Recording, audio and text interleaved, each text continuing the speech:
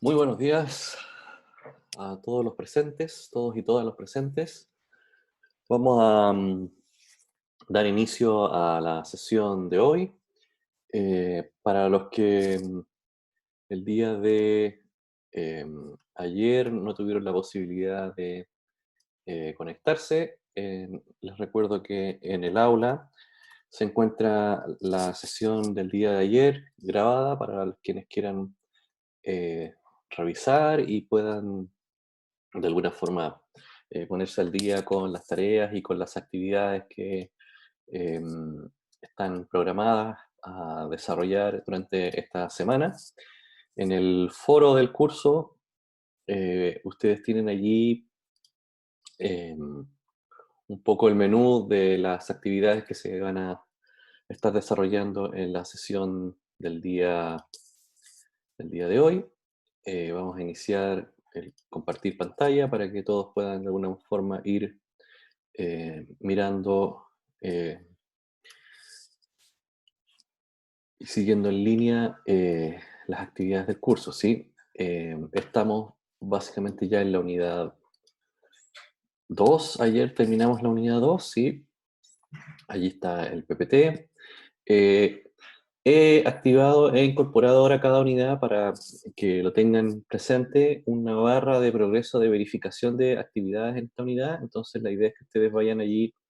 eh, Voy a poner mi perfil de estudiante para que cada uno pueda, al chequear en esa unidad, pueda ir haciendo check qué cosas ha ido revisando, qué cosas no, para de esa manera pueda tener un cierto, digamos, monitoreo de su progreso dentro del aula y particularmente dentro de los materiales que están ahí presentes, de forma de que si a alguien le falta algo pueda ahí eh, ir chequeando y mirando qué es lo que le falta, qué es lo que lleva, porque como va a haber un momento en que van a haber tantas cosas en el aula, eh, una forma de que no se pierdan es, bueno, este sistema de progreso de verificación de las acciones que hay en la unidad, ¿sí?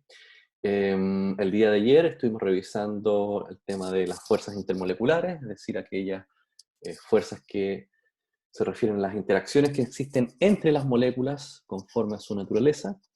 Estuvimos ahí revisando muy detenidamente esta clasificación que existe y sobre todo dentro de la clasificación aquello que ustedes conocen como fuerzas de Van der Waals, y dentro de las fuerzas de Van der Waals están las fuerzas de Keeson, de Davy y de London, ¿sí? Por un lado, y por otro lado existen las fuerzas de una clasificación general simplemente llamada fuerzas intermoleculares.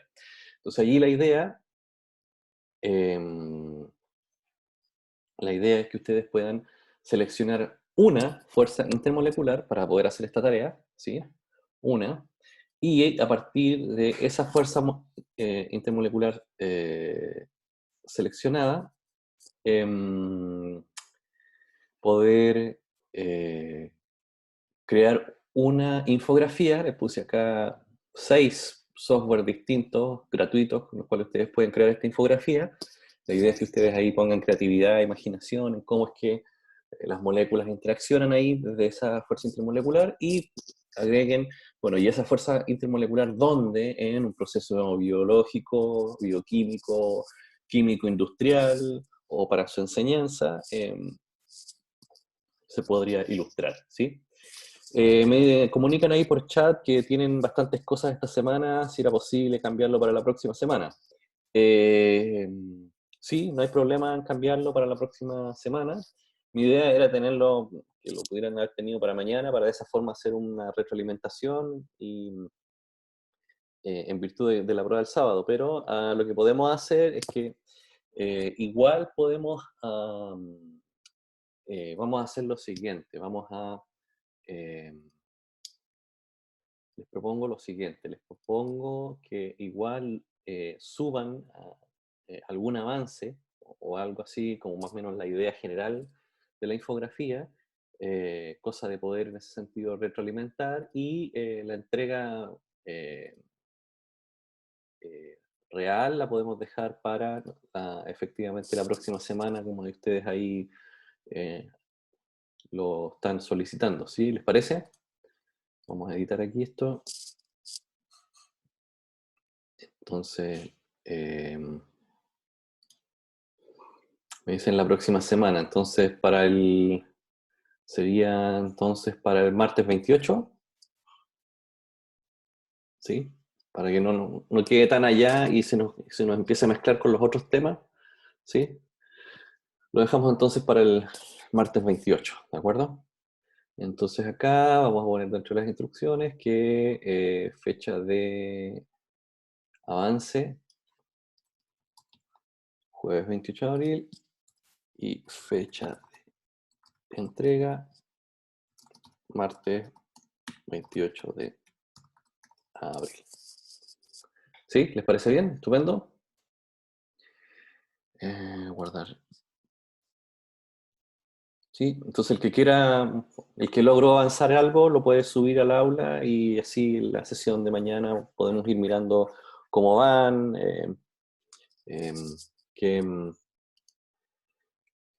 qué problemas han tenido en el diseño, etcétera, ¿de acuerdo? Eh, bien, también me están comentando ahí si puedo explicar el ejercicio final del PPT. Bien, vamos al ejercicio final del PPT de ayer, ¿sí?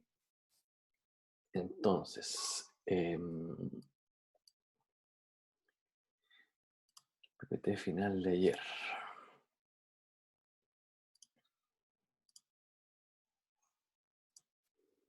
Ayer estuvimos viendo fuerzas intermoleculares.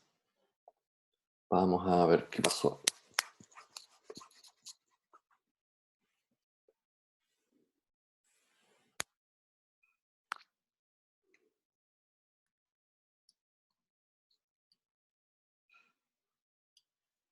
Bien, entonces, en el PPT de ayer habían 4 ejercicios, ¿sí? El primero hacía referencia, explique la tendencia de los puntos de ebullición de los haluros de hidrógeno, ¿sí? Bien, con respecto a esa primera idea, solo para recordar, ¿sí? Recordarles que las fuerzas intermoleculares, ¿sí? Explican las propiedades macroscópicas, como el punto de fusión, punto de ebullición, ¿sí? Y esto quiere decir que a mayor intensidad de estas fuerzas intermoleculares, a mayor intensidad de estas fuerzas atractivas entre moléculas, ¿sí? Mayor entonces va a ser el punto de ebullición, ¿sí? Es decir, ya no va a pasar de estado líquido a estado gas a una temperatura estándar, por decirlo de alguna manera, sino que va a necesitar más energía para poder hacer ese cambio de estado de agregación, o también la temperatura de fusión, es decir, del paso del estado de agregación sólido a líquido, ¿sí? Va a necesitar más energía para eso, ¿sí? Em, entonces, recordando esa idea, es que si nosotros ahora miramos la tabla periódica, ¿sí? Y vemos que en el caso vamos a buscar una tabla periódica acá para hacerlo con los valores respectivos, ¿sí?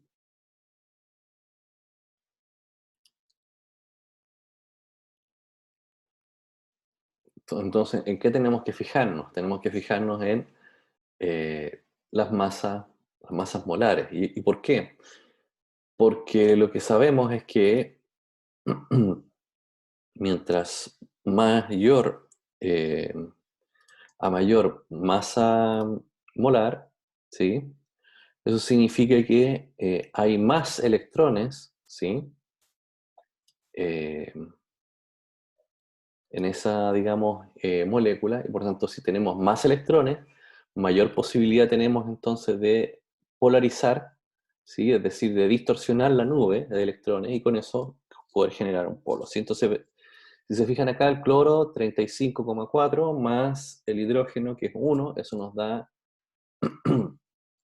prácticamente aquí, estos serían 35 gramos mol aproximadamente. El bromo si ya nos vamos al bromo, en el bromo ya tenemos 79,9 gramos mol, es decir, 80, más el hidrógeno serían 81 gramos mol. Y en el caso del yodo, ¿sí?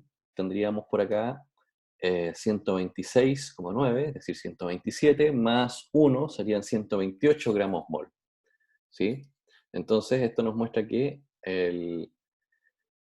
en términos de masa, ¿sí? Solamente de masa molar, va aquí del menor a mayor masa molar, ¿sí? Por tanto, hay más electrones aquí que en el primer ácido, ¿sí? Por tanto, la tendencia entonces va a ser que, como hay más electrones acá, mayor posibilidad de polarizar la molécula, es decir, de distorsionar la nube, y por tanto se requiere mayores temperaturas para alcanzar los puntos de ebullición, de fusión, entre otros, ¿sí? Entonces aquí la tendencia es que va desde el ácido clorhídrico hacia el ácido yodhídrico, las mayores fuerzas intermoleculares, ¿sí? Es decir, podríamos señalar entonces que, mirado desde la tabla periódica, que las fuerzas intermoleculares entre moléculas de compuestos formados por eh, a- compuestos formados ya sea binarios, es decir, de dos átomos, o ternarios, tres átomos, o cuaternarios, cuatro átomos, la tendencia va a ser que las fuerzas intermoleculares entre las moléculas de esos compuestos va a ser mucho mayor de compuestos formados por elementos que se encuentren en el quinto, el sexto y el séptimo periodo versus los que se encuentran entre el primero y el segundo periodo, ¿sí? Pregunta 2 dice, ¿cuál de las siguientes uniones intermoleculares puede realizarse mediante un puente de hidrógeno?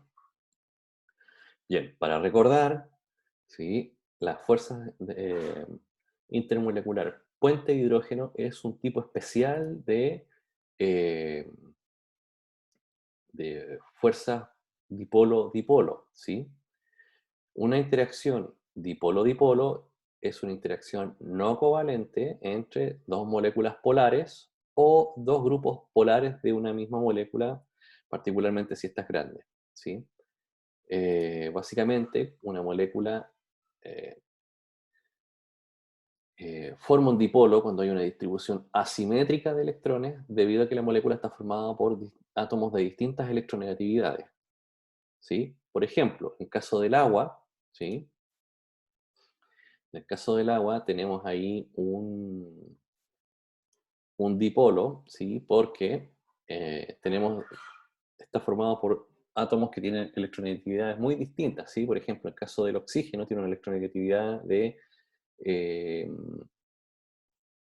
básicamente en escala de Pauling, eh,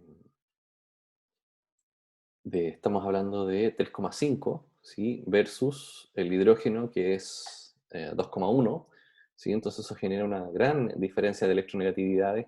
Aparte el átomo de oxígeno, átomo central de oxígeno en la molécula de agua tiene dos pares de electrones libres ahí que generan una cantidad, una mayor densidad de electrones en esa zona, ¿sí? Por tanto, eh, genera puentes de hidrógeno entre el par libre que está vinculado a la molécula, perdón, al átomo de oxígeno en la molécula de agua con el hidrógeno que hace de menor densidad electrónica y por tanto hace de zona positiva, por decirlo de alguna forma, ¿sí?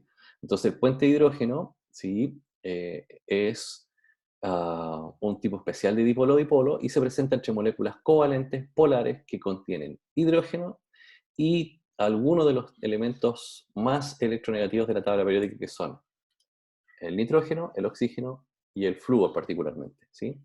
Es decir, se forman este tipo de interacciones entre las moléculas, ¿de acuerdo? Entonces, si volvemos a la pregunta, ¿sí?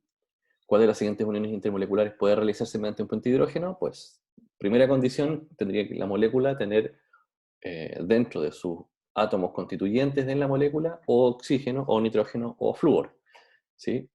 Entonces aquí, de las moléculas presentes, básicamente las dos primeras cumplirían esa condición. Acá tenemos, está presente el nitrógeno, acá está presente el oxígeno, y el oxígeno, acá no hay ni nitrógeno ni oxígeno, por lo tanto aquí no habrían puentes de hidrógeno, sino que más bien habrían otro tipo de interacciones. Vamos a la siguiente, dice, cuando se sustituye uno de los átomos de hidrógeno del benceno por otros átomos o grupos de átomos, cambia el punto de ebullición. Justifique el orden de los siguientes puntos de ebullición. Ya, vamos aquí a ampliar esto para... Bien, vamos a sacar la pluma. De acuerdo. Entonces nos dice que justifique el orden de los siguientes puntos de ebullición. Tenemos este compuesto a 80 grados, este compuesto a 132, este compuesto a 156 y este compuesto a 182. Ya.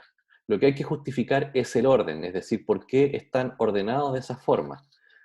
Bien, están ordenados de esa forma porque requieren puntos de ebullición más altos. ¿Y a qué se deben esos puntos de ebullición más altos? Por ejemplo, en el caso de este compuesto que está acá, como acá hay un oxígeno, ¿sí? Este oxígeno va a terminar generando puentes de hidrógeno, ¿sí? Es decir, el par electrónico libre del átomo de oxígeno que conforma este compuesto va a terminar proporcionando puentes de hidrógeno con el hidrógeno de la misma molécula, ¿sí? Entre sí. Eh,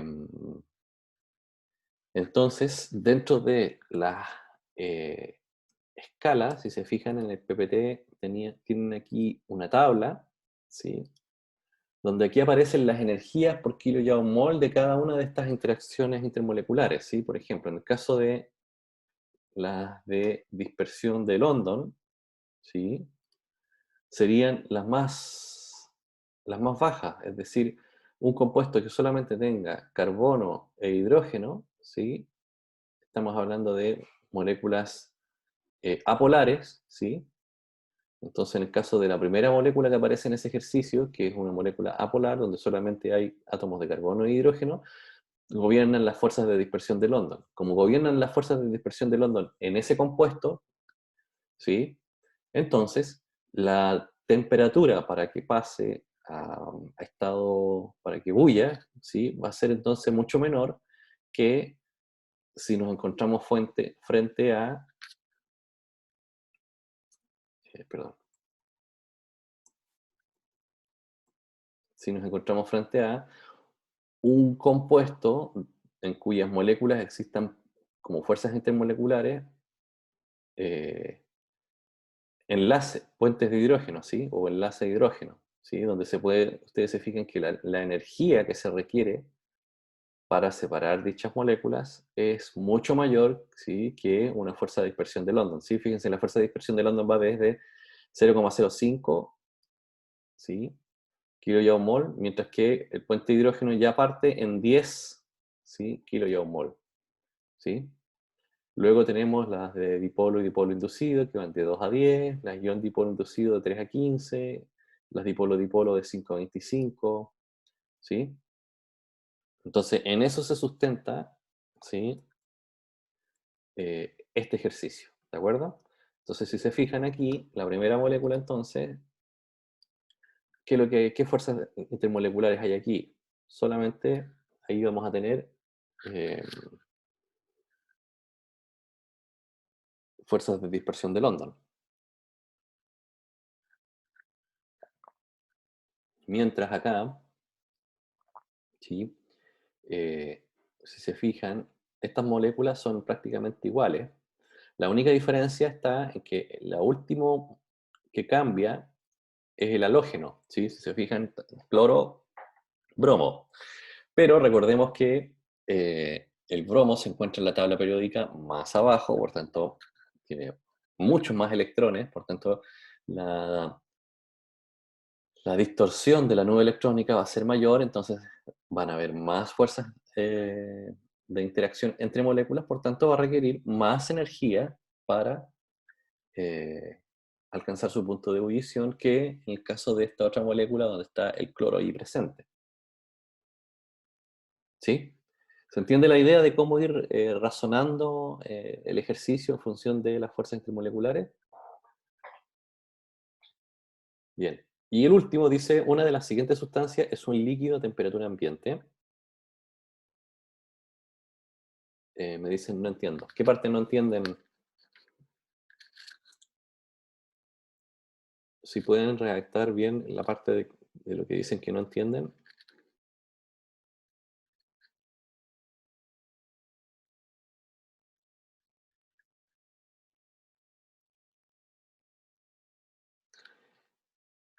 Dice, aún el ejercicio 1. Volvemos para atrás. ¿Qué parte del ejercicio 1 no se entiende?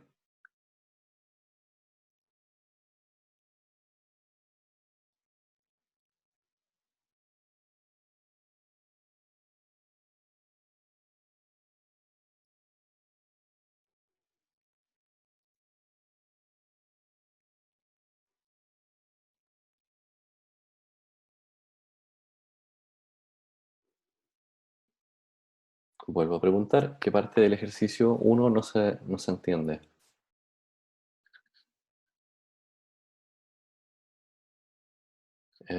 Vamos de nuevo. A ver. No entiendo cómo explicar la tendencia de los puntos de ebullición. Ok, vamos de nuevo. Lo que pasa es que esto lo explicamos en la clase de ayer, ¿sí? Donde en la sesión de ayer revisamos todas las fuerzas intermoleculares, ¿de acuerdo? Entonces, eh, como mencionamos al principio, las fuerzas intermoleculares son las fuerzas de atracción entre moléculas, ¿sí? Y por lo general, las fuerzas intermoleculares, ¿sí?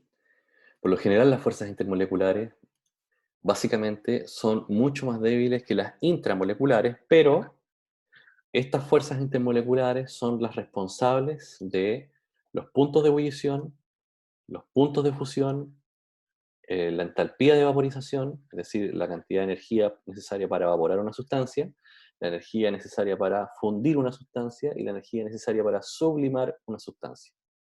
¿De acuerdo? ¿Hasta ahí estamos bien? ¿Sí? Ok, bien. Ahora, ¿por qué? La pregunta del millón es ¿por qué entonces las fuerzas intermoleculares tienen que ver con el punto de ebullición, que básicamente es el ejercicio 1? Porque básicamente, ah, si yo acá tengo una molécula, ¿sí? Que está interaccionando con esta otra, y que está interaccionando con esta otra, y que está interaccionando esa otra con esa otra, es decir, aquí hay interacciones, ¿sí? De atracción, ¿sí? Y también hay de tanto de atracción como de repulsión, ¿de acuerdo? Podemos tener tanto fuerzas que hacen que las moléculas se atraigan y que se repelen. Entonces, ¿por qué tiene que ver con el punto de ebullición esto? Porque si estas fuerzas son, eh, estas fuerzas de atracción, ¿sí? Son mucho mayores, ¿sí? Que las de repulsión, entonces voy a necesitar más energía, ¿sí? Voy a necesitar aumentar la cinética del sistema, ¿sí? Voy a requerir más fuego, por decirlo de alguna manera, si esto fuese un líquido, ¿sí? Voy a necesitar una temperatura mayor. ¿Para qué? Para romper estas interacciones y las moléculas que se encuentran en estado líquido, ¿sí? Superen la presión de vapor y con ello pasen a estado gaseoso. ¿Sí? ¿Estamos claros hasta ahí? Sí. Ok, perfecto. Entonces, este tipo de ah, interacciones, ¿sí? Hay de diversos tipos, ¿sí? Dependiendo de el compuesto que se esté, del compuesto que se esté hablando. Entonces vamos a tener interacciones del tipo ion-ion, ¿sí? Es decir, cuando un ion, ¿sí? Interactúa con otro ion. Ion-dipolo, es decir, cuando un ion interactúa con una molécula, ¿sí? Que ha formado eh, un, un dipolo, ¿sí? Ion-dipolo inducido, cuando un ion, ¿sí? eh, se acerca y forma una inducción momentánea, ¿sí? Y vamos a tener dentro de básicamente dentro de las moléculas que han sido inducidas, que quiere decir que algo ha sido inducido, quiere decir que cuando existe una molécula neutra, ¿sí? Por ejemplo, como puede ser em, la molécula de oxígeno, ¿sí? Oxígeno, oxígeno, ¿sí? Que es neutra, es decir, su nube electrónica está ahí tranquilita, y viene y se acerca una molécula que tiene una carga, ¿sí? Entonces esta molécula, como está cargada, va a generar en esta molécula neutra lo que se conoce como va a inducir que se transforme en un polo, es decir, va a distorsionar, ¿sí? La molécula para que su nube, ¿sí? Los electrones se vayan hacia un costado y estén prominentemente más en un lado que en otro lado, ¿sí? Ahora, como esto es inducido, es momentáneo, ¿sí? Porque después, con el paso del tiempo, cuando esta molécula se aleja, esto vuelve nuevamente a la normalidad, ¿sí? Es decir, vuelve a su estado neutro, por decirlo de alguna forma. Por eso que se dice que es inducido, es momentáneo, ¿sí? Es como que, no sé, pues, alguien típico que entra a la sala de clase, tira un chiste, genera el desorden, pero después vuelve nuevamente, se acaba el chiste y toda la sala de clase vuelve nuevamente eh, a ordenarse, ¿sí? Esa un poco es la idea de la inducción. Entonces, dentro de la inducción existen tres tipos: dipolo-dipolo, dipolo-dipolo inducido y dipolo instantáneo, ¿sí? Entonces, las de tipo ion-ion, bueno, es cuando, por ejemplo, iones con carga de signo opuesto se atraen, ¿sí? Pero esto es una interacción ion-ion, no es que se vayan a formar aquí un enlace, ojo con eso, ¿sí? No están formando enlaces, simplemente por un tema de diferencia de carga se atraen, ¿de acuerdo? Y aquí el ejemplo más clásico de esto es, por ejemplo, una interacción entre una enzima y su sustrato, ¿sí? Ahí va a haber una interacción de tipo ion-ion, ¿sí? Donde hay iones en las paredes de la enzima, ¿sí? Y también hay iones en las paredes del sustrato, y entonces hay una atracción iónica entre ellos. Ion dipolo, ¿sí? Es donde, por ejemplo, un ion se acerca a una molécula neutra y genera, oh, perdón, y una molécula que tiene polaridad, ¿sí? Por ejemplo, el caso típico entre el sodio o el cloro o el yodo y el agua, ¿sí? Por ejemplo, esto es la típica disolución de una sal en agua. Eso es una fuerza, eso es un ejemplo de interacción ion-dipolo, ¿sí?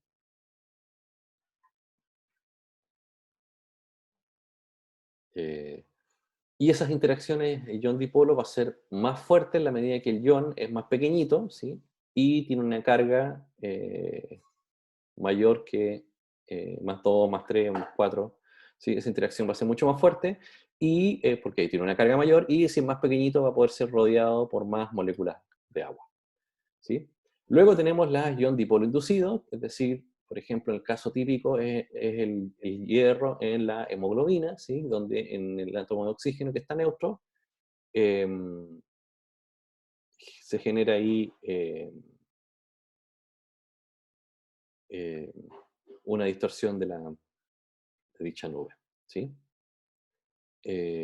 Hay una pregunta, dice que los que están adheridos al paro tendrán una segunda oportunidad de dar evaluaciones.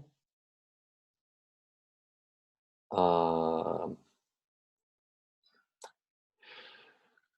No sé, creo que va a salir algún comunicado para los que están adheridos al paro, cómo van a resolver sus situaciones de evaluaciones. Yo supongo que la próxima semana irán a informar eso. Ahora, la prueba del día sábado va a estar abierta desde las 9 hasta las 8, así que ahí el que quiera, eh, estando en paro o no, la puede dar. Si quiere se suma, si no, continúa ahí en su situación de paro hasta que salga la información del Consejo General de Estudiantes o de Vicerrectoría. Ahí el tema de la... eh, yo hasta donde tengo claro que es que las fechas de las evaluaciones se mantienen, ¿sí? Bien, volvemos acá entonces. Ah, y entonces se produce una atracción entre el ion y la molécula que es polarizada, como en el caso de la hemoglobina y el oxígeno, ¿sí? Bien. Y finalmente tenemos acá las fuerzas que son descritas por Johannes van der Waals, ¿sí? Donde todas ellas básicamente guardan relación con las interacciones entre polos inducidos, básicamente, ¿sí? Donde la idea aquí es que básicamente lo que tenemos es que son fuerzas de atracción entre moléculas, ¿sí? Polares, las fuerzas dipolo-dipolo, y estas básicamente se reorientan en función de su carga, ¿sí? Parcial que se produce, ¿sí? Entonces las interacciones dipolo-dipolo se producen solamente entre moléculas polares, ¿sí? Y estas atracciones um, eh, generan repulsiones o atracciones dependiendo de las separaciones que estas se encuentren, ¿sí? Entonces el puente hidrógeno también es un tipo de interacción, ¿sí? Que se produce particularmente entre moléculas que contengan hidrógeno, nitrógeno, oxígeno y flúor particularmente. Eh, Y las dipolo y dipolo inducido, básicamente lo que tenemos aquí es que una molécula polar se produce entre una molécula polar y una molécula apolar, ¿sí? Donde la molécula polar genera una distorsión en la molécula apolar de forma momentánea, donde se producen este tipo de interacciones, ¿sí? Entonces acá tenemos catión, una molécula neutra, se acerca un catión, produce un dipolo inducido, y o también tenemos la situación que un dipolo también a una molécula neutra le genera también un dipolo momentáneo, ¿sí? Y finalmente, las fuerzas de dispersión de London ocurren básicamente en todas las moléculas, ¿sí? Todas las moléculas cuando interaccionan entre sí se generan estas fuerzas que son bastante débiles, ¿sí? Y se producen por la polarizabilidad de la molécula, es decir, de la facilidad con que una nube de electrones de una molécula se puede distorsionar, ¿sí? Bien, entonces esas son básicamente las fuerzas en su mayoría de dispersión que existen, ¿sí? Entonces ahora, eh, volviendo al ejercicio y volviendo a la pregunta, lo que ocurre ahí es que mientras una molécula exista un mayor número de electrones, entonces la nube va a ser más difusa y entonces eh, va a haber una mayor distorsión de la nube electrónica de esa molécula, ¿sí? Y entonces, ¿qué es lo que ocurre? Es que las fuerzas de dispersión normalmente aumentan, ¿sí? Con la masa molar, ¿sí? Entonces, mientras más masa tenga, ¿sí? Esa molécula, mayor va a ser su fuerza de dispersión y por tanto su punto de fusión va a ser mucho mayor, ¿sí? ¿De acuerdo? Entonces, volviendo a la pregunta inicial, eso significa que si yo tengo acá más masa en las moléculas, ¿sí? Entonces, estas fuerzas de atracción entre moléculas va a ser mucho mayor.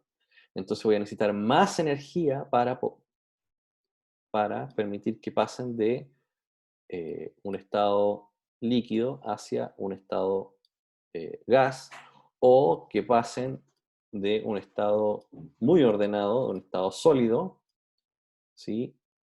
A un estado líquido donde hay una mayor separación de las moléculas, ¿sí? Recuerden que el punto de fusión es la temperatura necesaria para pasar de estado sólido a estado líquido, ¿sí? Entonces, volviendo al ejercicio y a la pregunta número 1, ¿sí? Donde hay que explicar la tendencia de los puntos de ebullición.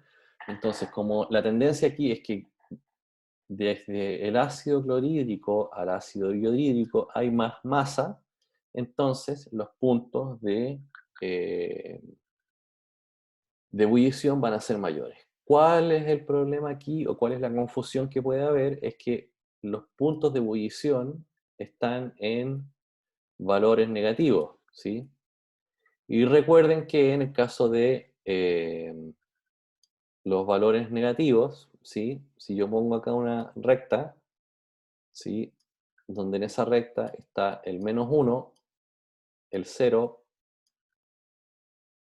y el +1, ¿sí? En los valores negativos, ¿sí? En los z, en rigor el valor va a ser mayor, ¿sí? En la medida que yo me acerco al 0, ¿sí? Por tanto, este valor que está aquí es muy pequeñito porque está por allá lejos, ¿sí? -85, ¿sí? Versus este -35 que va a estar más cercano, ¿sí? A 0, ¿sí? Entonces la temperatura, la energía necesaria para pasar el ácido iodídrico, estado líquido, estado gas, voy a necesitar más energía que en el caso del ácido clorhídrico. ¿Sí? ¿Ahora sí? ¿Se entiende lo de la tendencia de los puntos de ebullición? Sí, bien, estupendo. Más preguntas, más dudas, más consultas con respecto a esto.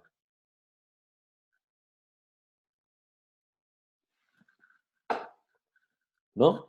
Bien. Y finalmente el último ejercicio dice que una de las siguientes sustancias es un líquido a temperatura ambiente, mientras las otras son gaseosas. ¿Cuál piensa que es líquido? Justifique.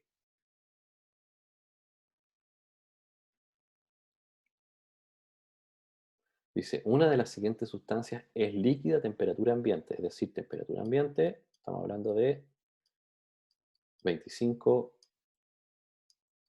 grados Celsius, ¿sí? Vamos, anímense. ¿Cuál ustedes creen que es líquido a temperatura ambiente? Coméntenme. Ideas.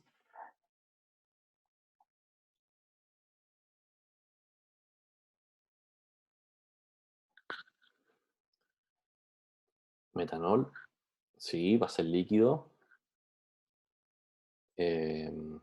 ¿Cuál más?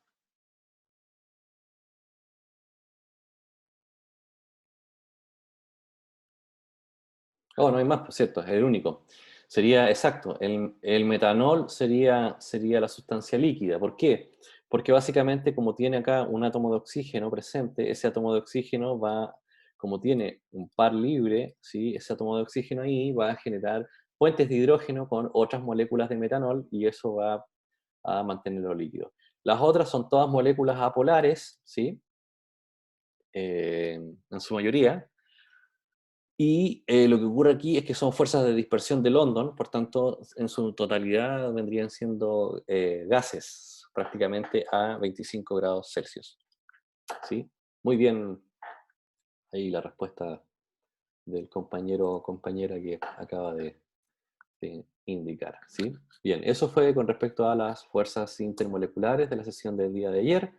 En el aula tienen la clase grabada, por si la quieren ahí también consultar, revisar, mirar, ¿sí? Esto se encuentra aquí, clase grabada 21 de abril, y ya tienen también para jugar y para simular, acá con el simulador, interacciones entre distintos átomos. Aquí ya está precargado, preconfigurado la actividad del sábado 25 de abril, ¿sí? Eh, donde prácticamente va a ser desde las 9 hasta las 8, es decir, va a estar abierta todo el día la prueba, ¿sí? Y ustedes ahí deciden a qué horas ingresan. Yo sugiero que no ingresen a las 8 de la tarde a la prueba, porque ya a esa hora va a estar cerrándose el sistema y por tanto difícilmente les va a quedar tiempo para poder responder la prueba, así que yo los animo a que tengan ahí un cierto margen, ¿sí? Se traten de organizar en casa. Yo sé que en casa probablemente hay un solo equipo y ese equipo no solamente lo usan ustedes, sino que lo usan sus hermanos, sus papás, sus familias para trabajar, y entonces ahí eh, busquen el espacio para tener ahí 2 horas para ustedes, para que puedan ahí, ya sea por la mañana muy temprano, o al mediodía, o después del almuerzo, eh, puedan rendir con tranquilidad ahí la prueba. Que van a hacer, como siempre, preguntas de alternativa, verdadero y falso, y de desarrollo, donde las de desarrollo, la idea es que ustedes puedan ahí resolver el ejercicio, le saquen una foto y lo suban en el espacio respectivo de la aula, ¿sí? En esta oportunidad voy a configurar para que puedan subir en formato PDF o en formato JPG, ya sea que estén usando la foto del mismo teléfono, para que lo puedan subir, ya que en la prueba anterior algunos tuvieron algunas dificultades con los archivos PDF, así que también vamos a permitir que sean JPG el archivo que puedan ahí subir. Temario, ¿sí? Sería teoría de gases, ley de Boyle, Charles, Gay-Lussac, Avogadro, Dalton, ley combinada y ley de los gases ideales, mezcla de gases, teoría cinético-molecular, fuerzas intermoleculares y gases reales, que va a ser lo que vamos a ver el día de hoy, ¿sí? Bien, entonces, dicho eso, pasamos entonces a la presentación que tiene que ver con eh, gases reales, ¿sí? Ahí los invito a que, en la medida que vayan surgiendo dudas, eh, pidan la palabra o escriban la pregunta en el chat, cosa de dejar ahí, poder leer en voz alta la pregunta para todos y quede de alguna manera respondido la interrogante que tengan ahí cada uno de ustedes, ¿sí? Bien. Para recordar, sí, porque tenemos que partir nuevamente un poquito más atrás sobre esto, desde la teoría cinético-molecular sabemos que un gas está compuesto de moléculas que están separadas por distancias mucho mayores que sus propias dimensiones. Dichas moléculas pueden considerarse como puntos, es decir, poseen masa, pero tienen un volumen insignificante, ¿sí? En relación a el volumen del recipiente que las contiene, es decir, la sumatoria.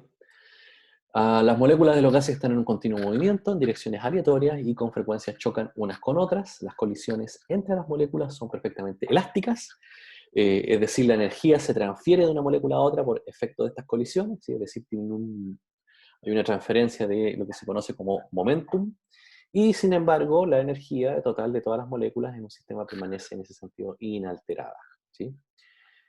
Adicionalmente, las moléculas de los gases no ejercen entre sí fuerzas de atracción o de repulsión, ¿sí? Y la energía cinética promedio de las moléculas es proporcional a la temperatura en Kelvin, donde dos gases a la misma temperatura tendrían la misma energía cinética promedio, ¿sí? Eso es lo que dice la energía cinético molecular en función de el comportamiento de un gas ideal, ¿sí?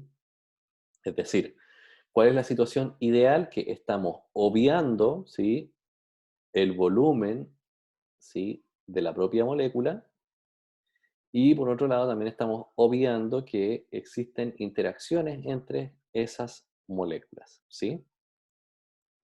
Eh, y de hecho, esto nos permite, en cierta medida, explicar el proceso de difusión, es decir, cuando tenemos dos gases, ¿sí?, y esta mezcla entre estos dos gases, ¿sí?, también está en virtud de sus propiedades cinéticas, donde en la medida que un gas es inversamente proporcional a la raíz cuadrada de su masa molar, ¿sí? Y esto se conoce como la ley de difusión de Graham. Y esto en cristiano simple, ¿qué significa? Que mientras menor sea la masa molar del gas, eh, va a tener una velocidad mayor, es decir, se va a desplazar a una mayor velocidad que aquel gas que tenga una mayor masa molar, ¿sí? Y esto, por ejemplo, nos permite explicar fenómenos de la efusión, ¿sí? Es decir, que significa que cuando yo tengo dos gases, ¿sí?, separados en un compartimento y yo quito la barrera, ¿sí? Y empiezan a mezclarse los gases, esa idea de mezcla de gases, esa velocidad con la cual se están mezclando, se conoce como difusión, ¿sí? Por ejemplo, cuando ustedes se agregan un perfume y llegan a una habitación y todas las personas que están en esa habitación empiezan a oler o percibir más bien el perfume que ustedes llevan, eso sería un fenómeno de difusión, ¿sí? Es decir, el pachulí 203 que ustedes se han puesto empieza a ocupar y a mezclarse con el aire de la habitación y entonces todos los miembros que están ahí en la habitación logran percibir el pachulí 203 que cada uno de ustedes utiliza. Y por otro lado existe el fenómeno de la efusión, ¿sí? Es decir, ok, tengo un gas confinado en un recipiente, ¿sí? Y hago una pequeña abertura, entonces eh, el gas va a empezar a pasar por esa, digamos, abertura, a desplazarse hacia el otro compartimiento y esa velocidad, ¿sí? Ya sea de pasar por ahí hacia el otro compartimiento o la velocidad en que se mezclan los gases, se conoce como la ley de difusión de Graham, ¿sí? Que fue un químico británico conocido por las investigaciones en esta línea, ¿sí? Y entonces él dice que a temperatura constante la velocidad de efusión de un gas es inversamente proporcional a la raíz cuadrada de su masa molar, ¿sí? Y entonces, por ejemplo, para dos gases, ¿sí? Que tienen masas distintas, podemos ver acá en este video un pequeño experimento donde este experimento nos muestra qué ocurre entre el ácido clorhídrico y el amoníaco, ¿sí? Cuando tengo un tubo, ¿sí? Y en ese tubo tengo en cada uno de los extremos algodones con el, el ácido respectivo y el amoníaco, ¿sí? Entonces, si vemos acá, yo adelanté el video.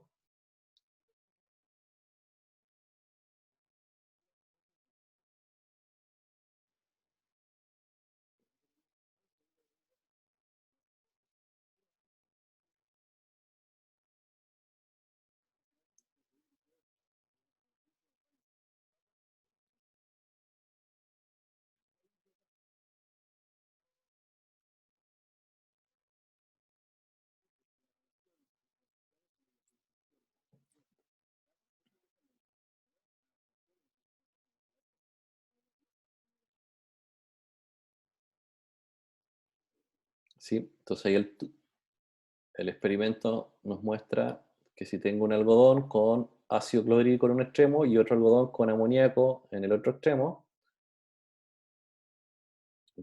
sí, las esferas verdes son el amoníaco y las esferas rojas es el ácido clorhídrico, por cierto. ¿Sí?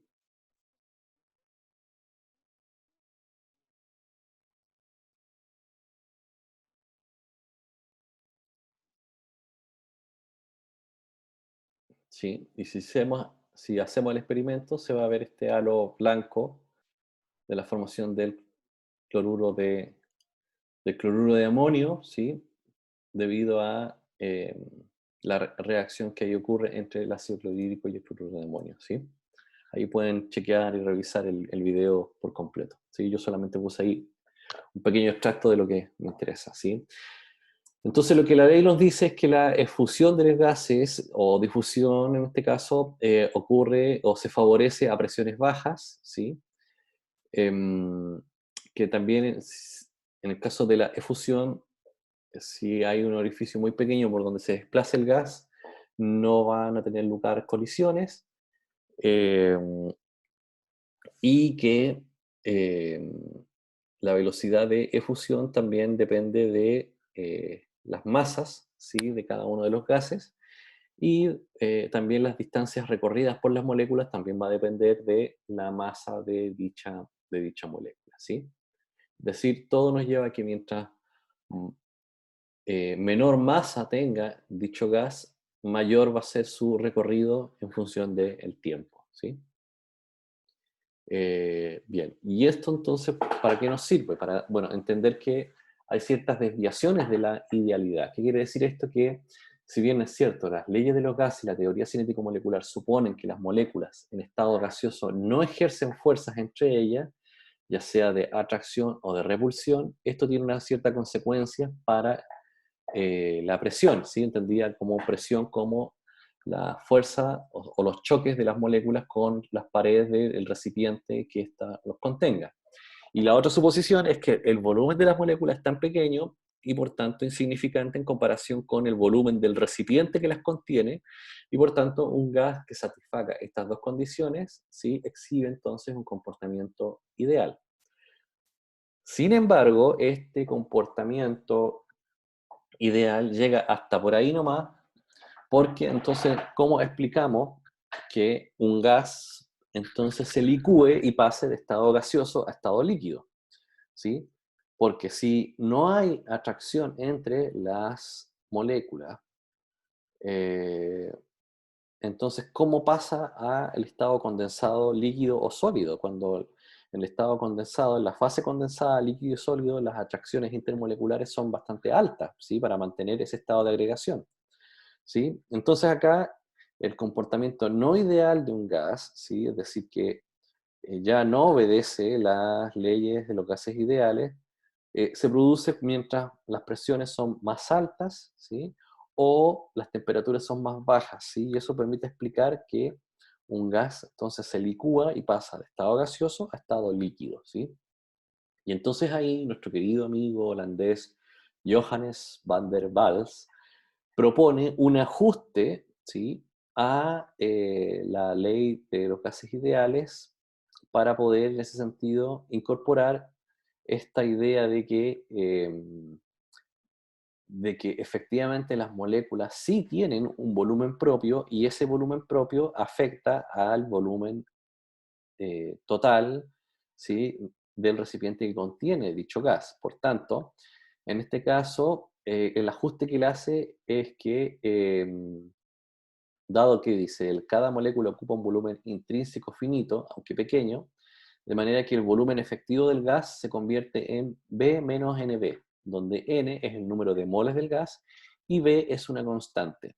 El término NB entonces representaría al volumen ocupado por los moles del gas, ¿sí? Es decir, eh, B correspondería al volumen del contenedor y NB correspondería a la relación, ¿sí?, que habría entre el volumen de cada molécula, ¿sí?, y por tanto eso estaría medido en moles, ¿sí? Recuerden que en el caso de los gases siempre vamos a estar trabajando con moles, ¿sí? Entonces, recuerden que en un mol vamos a tener aproximadamente 6,022 por 10 elevado a 23 moléculas, ¿sí? Por tanto, correspondería al volumen de todas esas moléculas, ¿sí? Entonces los valores típicos de B van entre 0,01 y 0,1 litros mol, ¿sí? Moléculas más grandes tienen, por cierto, mayores valores de B, ¿sí? Un mayor número de moléculas en una muestra, mayor va a ser el número de moles, y con estos elementos podemos tener ahí un ajuste para el volumen. Y en el caso de la presión, ¿qué es lo que ocurre? Ocurre lo siguiente, que cuando una molécula se dirige a toda velocidad a chocar contra las paredes del contenedor, ¿sí?, del recipiente que las contiene, las moléculas que están alrededor de esa molécula, por fuerzas de interacción, ¿sí?, le van a decir, oye, no choques con tal velocidad contra la muralla, sino que la van a traer hacia sí, por tanto, ese impacto, ¿sí?, va a ser mucho menor que si supusiéramos en una situación ideal de que esa interacción no existiera, ¿sí? Es decir, en un gas ideal estamos suponiendo que todos los choques de las moléculas contra las murallas tienen la misma intensidad, ¿sí? En cambio acá, desde una lógica de gas real, estamos diciendo que no, que eso no es así, sino que cada choque de la molécula contra las paredes del recipiente que las contiene es variable, ¿sí? En algunos casos es mayor, en otros casos es menor, y en otros casos es mucho, mucho, mucho, mucho más leve, ¿sí? Entonces, nuestro querido amigo Johannes van der Waals dice, bueno, entonces aquí tenemos que aplicar otro factor de corrección. ¿Por qué? Porque vamos a tener una presión real, ¿sí? Y una, digamos, y un factor de corrección, ¿sí? Y ese factor de corrección va a estar eh, compuesto por una constante de proporcionalidad, es decir, A, por el número de moles de moléculas en relación al volumen total eh, del recipiente que los contiene, ¿sí? Entonces, los valores de A también van entre 0,01 a 10 atmósferas, ¿sí? Expresadas en litros mol cuadrado, ¿sí? Em, y también, bueno, el valor del B va a corresponder al volumen total que las contiene, ¿sí? Entonces, dicho esto, vamos a tener la ecuación de Van der Waals para los gases reales, esta que está acá, ¿sí? Entonces vamos a tener la presión más su coeficiente de ajuste por el volumen menos su coeficiente de ajuste, ¿sí? Igual a NRT, ¿sí? Y entonces estas serían las presiones de presión corregida y volumen corregido para un gas real, ¿sí? Donde en este gas real el volumen de cada molécula sí cuenta, ¿sí? Y la presión que ejerce una molécula cuando golpea, ¿sí? Las paredes del recipiente que las contiene, esa, digamos, fuerza es variable. ¿Por qué es variable? Porque cuando se va acercando a la pared, las otras moléculas que están en su alrededor también la van a traer hacia ellas y por tanto van a disminuir, ¿sí? La velocidad con la cual esa molécula va dirigida contra la pared y por tanto el impacto va a ser mucho menor, ¿sí? Ahora, lo bueno de esto es que para su aprendizaje, estas, digamos, constantes de ajuste ya han sido calculadas experimentalmente para casi todos los gases de la tabla periódica y para todos los compuestos moleculares gaseosos, ¿sí? Es decir, para el helio ya está calculado, ¿sí? El factor de corrección de presión y el de volumen respectivamente, ¿sí? Ahí están todos los valores experimentales, ¿sí? Ahora, si alguien quiere y considera que esto es sumamente atractivo e interesante, puede en su futura tesis o trabajo de título, no sé, a seguir sacándole otra décima más aquí a los valores de las constantes, ¿sí? Eh, porque puede ser alguna cosa interesante obtener más valores de estos, digamos, constantes experimentales, tanto de ajustes para la presión como ajustes para el volumen, ¿sí? Y entonces, veamos un ejercicio resuelto de esto, ¿sí? Em, Dice, dado 3,5 moles de amoníaco ocupan 5,2 litros a 47 grados Celsius, calcule la presión de un gas en atmósfera mediante la ecuación de gas ideal y mediante la ecuación de Van der Waals, ¿sí? Esto es un clásico y típico ejercicio donde se ocupa la ecuación de gases ideales, es decir, PV-NRT, y se pone y se compara con eh, una situación de gas real, ¿sí? Entonces, ¿cuál es la estrategia? Para calcular la presión del amoníaco mediante la ecuación del gas ideal, entonces tenemos los datos, el volumen 5,20 litros, la temperatura, transformamos siempre, trabajamos en grados Kelvin, los moles, ¿sí? Ya los tenemos, la constante, 0,82 litros de atmósfera Kelvin mol, sustituimos los valores en la ecuación, ¿sí? Y obtenemos que la presión que ocupa, ¿sí? La presión del amoníaco, ¿sí?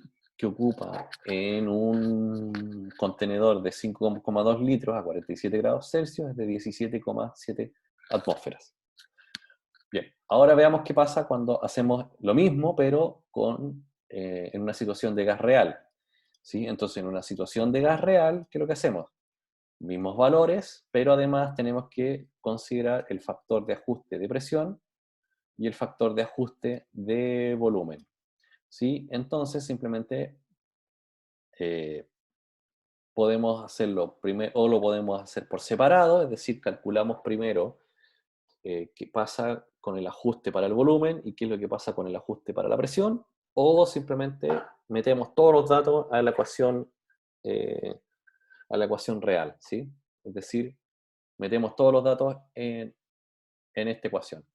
Yo lo que sugiero es que, como a modo de recomendación, primero calculen y hagan los ajustes para la presión corregida, luego, por separado, hagan el ajuste del volumen y luego hagan el cálculo, ¿sí? Para que no se confundan entre el traspaso de todos estos valores que hay acá de por medio, ¿sí? De hecho, aquí lo hacen así, es decir, primero hacen el ajuste de volumen, ¿sí? Donde colocan acá el valor de A, los moles, ¿sí?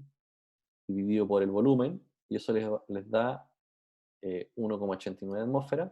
Y acá hacen el ajuste, perdón, primero hacen el ajuste para presión, y luego hacen el ajuste para volumen, ¿sí? Y les da ese valor. Y entonces ahora simplemente sustituyen los valores, ¿sí? Entonces tenemos que lo que se está buscando es el valor de P, entonces se le suma el ajuste. Sí, la pregunta A y B son constantes y estas constantes son experimentales y son propias para cada gas, ¿sí? Es decir, no es que el valor de A sea 4,17, sí, va a ser 4,17 para el amoníaco, ¿sí? Si trabajan con otro gas, ese valor va a ser distinto.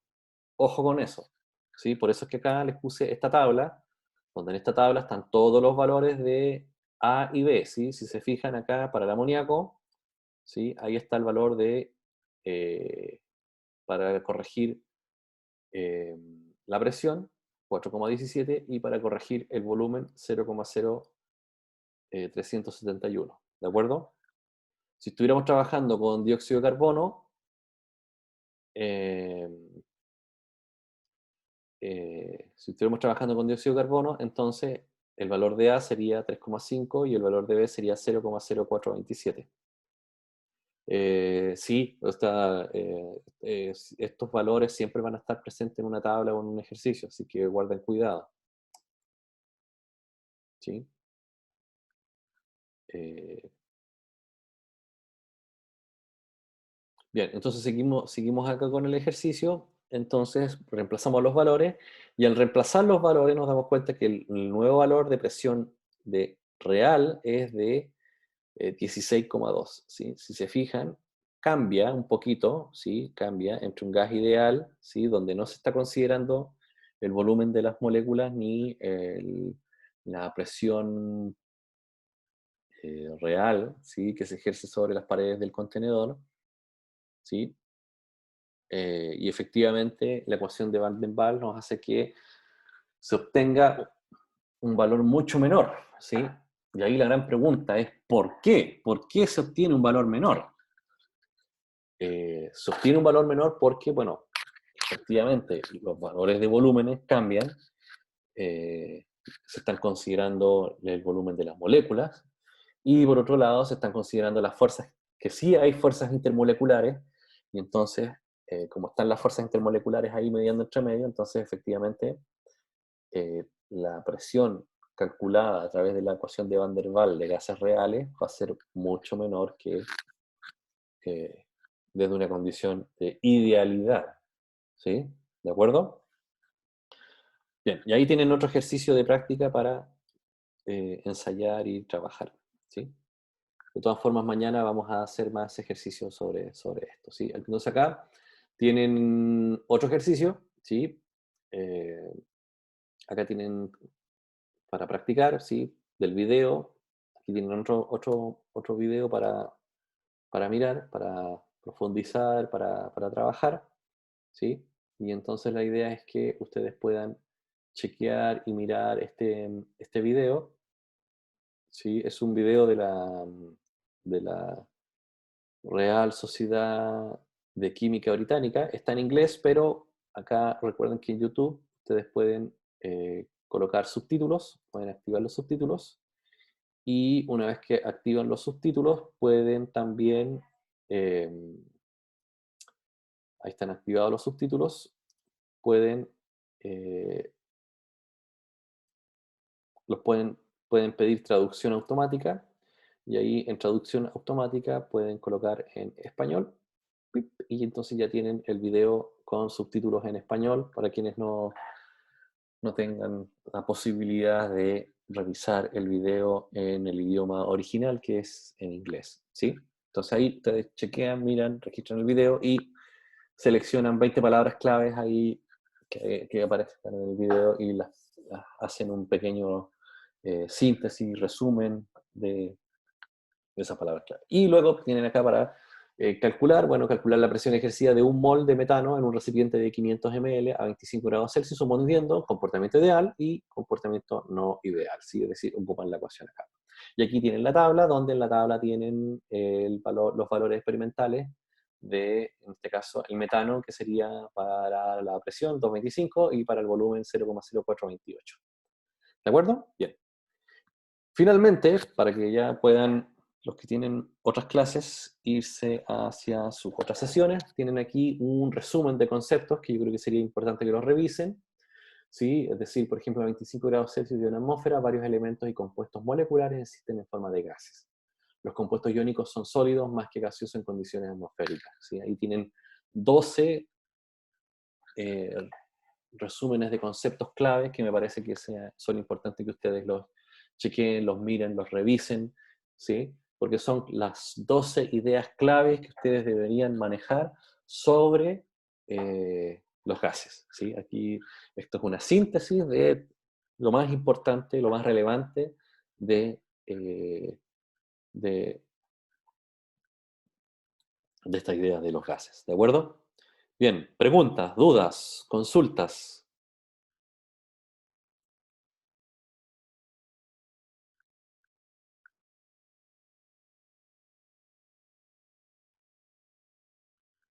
Algo que no haya quedado claro. ¿Sí? ¿No? Para recordar, mañana recuerden la infografía, avances, ¿sí? Y su entrega final sería para la próxima semana, el día martes, ¿sí?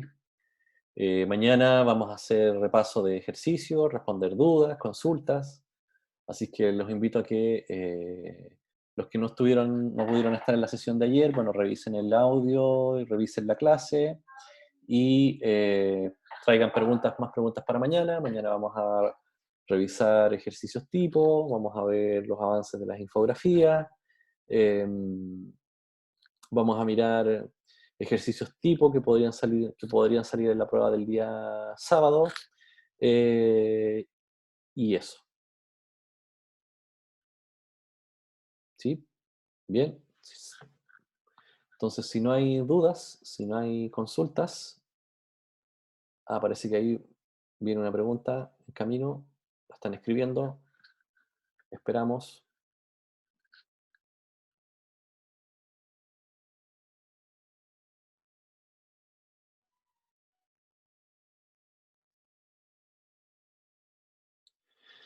En la fórmula, es que sí, volvamos a la fórmula, sí, presión observada, sí. ¿A qué se refiere la presión observada?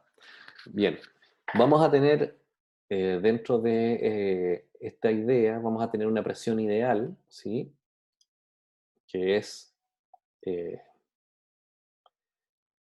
que es desde la lógica de gas ideal, ¿sí? Es decir, donde no hay volúmenes por parte de las moléculas y no hay fuerzas de interacción, es decir, estamos aquí,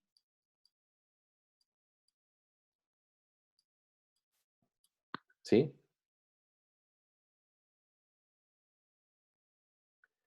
Eh, van a estar aquí nos vamos a referir a esto, si esa sería la presión ideal bajo esta ecuación. Y esta presión real o presión observada sería la presión que se mide de forma experimental, ¿sí? Con un manómetro. Experimentalmente medimos la presión, ¿sí? Eso sería la presión observada, ¿sí? Y esto que está acá sería el factor de corrección, ¿sí? Bien, ahí hay una pregunta, dice, con respecto a las clases. Bien, ahí me gustaría hacer una aclaración. La instrucción que nosotros tenemos como profesores es que, independiente si hay o no estudiantes en el chat, la clase se graba y se sube, ¿sí? Y ahí va a estar la clase disponible para el que la quiera revisar, ¿sí?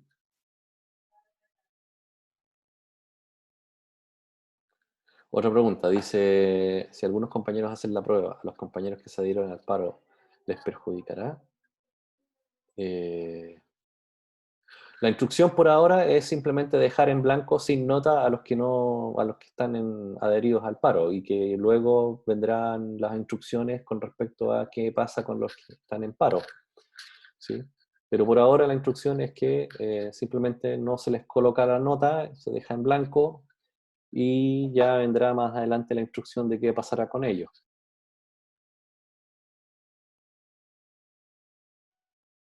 ¿sí? Yo sospecho lo más probable es que va, pero no lo sé. Esperemos que salga la instrucción y ahí tendremos más claridad de qué va a pasar con los que están ahí en paro. Pero por ahora, los que estén adheridos al paro, tenemos los profesores tenemos la instrucción de simplemente dejar en blanco y esperar nada más qué va a pasar con ellos más adelante. ¿Sí?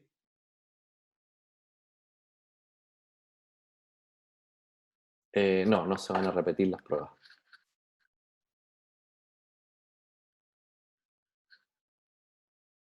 No, probablemente van a haber otro tipo de resoluciones. Por eso, yo las invito a que los que están en el curso por ahora sigan participando de las actividades con tranquilidad, haciendo el curso como que si fuera en formato en línea, y ya con respecto a los que están adheridos al paro, más adelante van a salir seguramente orientaciones sobre qué va a pasar con ellos, pero efectivamente las pruebas y las actividades no se van a repetir. Probablemente van a haber otro tipo de acciones, tal vez, no sé, una única prueba con toda la materia de todo el semestre, o no sé, retiro total o parcial de la asignatura, o no sé. Eh,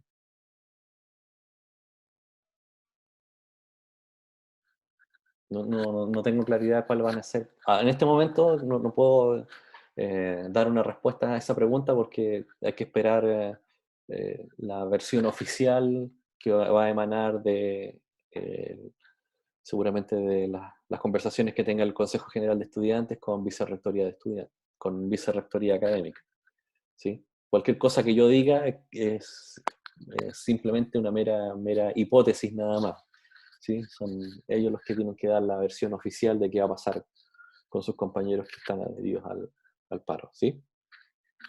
Bien, ¿más preguntas, más dudas? ¿No? Bien, entonces los invito a que durante la tarde, en algún minuto, intenten resolver los ejercicios para que de esa forma, si es que quedaron detenidos en algún momento, mañana podamos resolver las dudas o preguntas con respecto eh, a ellas, ¿de acuerdo? Muy bien, quedamos hasta acá entonces. Dentro de un par de horas estoy subiendo la sesión eh, de hoy al aula, así que eh, buenos días a todos y un gusto tenerlos en la sesión de hoy. Hasta mañana.